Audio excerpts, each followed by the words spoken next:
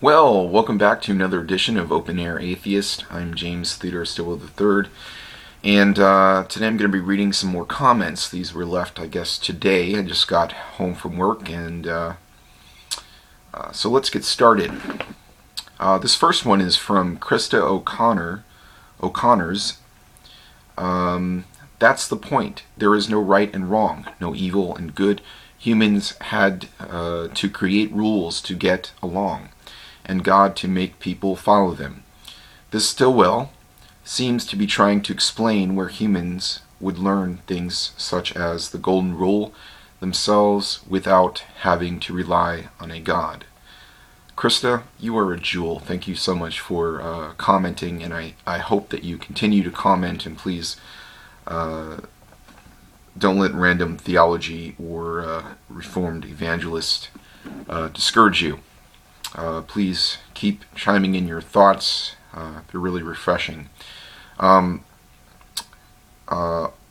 that's what this show is all about. This YouTube channel is all about causing people to think. So as long as you're thinking, I'm happy. Even if you're not thinking what I'm thinking. Okay? Okay, Krista OConnor continues, there is no reason Jesus has to tell you this. You can learn it from Buddha, Saturday morning cartoons, or just figure it out for yourself. It doesn't take a book to teach you cause and effect.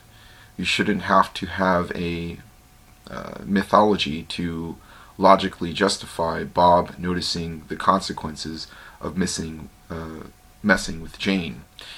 As you can see, they're going to kind of refute you on this, but here we go. Let me see. This next one is still by Krista OConnor's. Mean, but I know what you were referring to.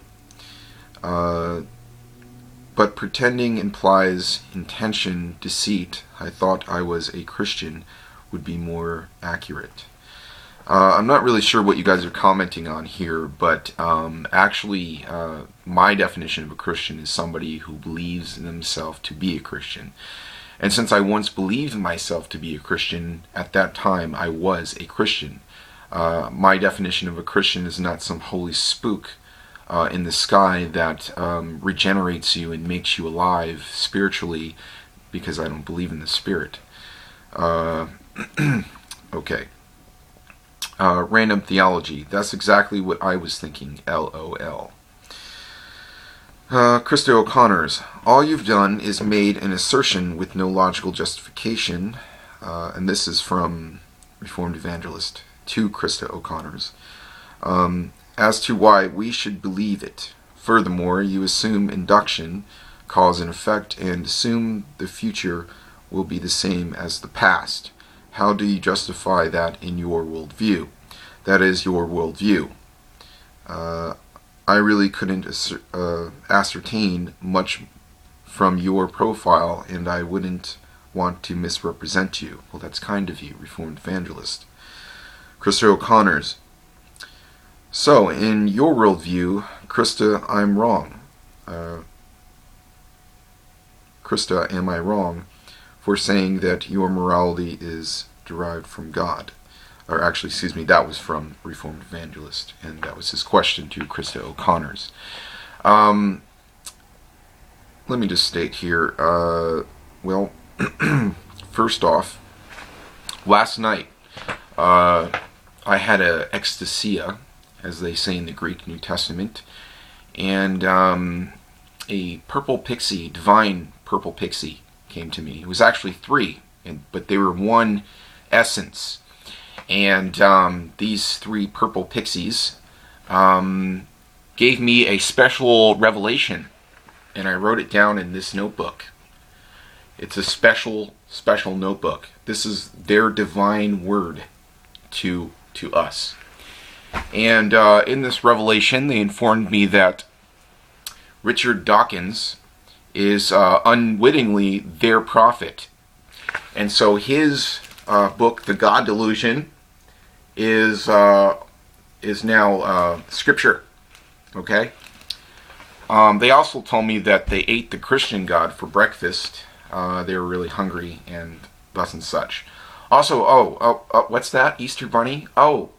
Easter Bunny says that you can't account for logic without presupposing my worldview, because the purple pixies each came up with each of the laws of logic. As far as morality, they actually are perfect. They don't massacre people in their texts or anything like that. They wouldn't kill animals and oxen and massacre people for not being of their faith or anything like that. They don't do any of that. So I just thought I'd let you know that I had that revelation, and so that's how I count for morality and for logic, is that it's in the divine book. Okay, it's in the divine book, and so and I still maintain my atheism because they're not gods; they're pixies. Okay, all right. Let's continue.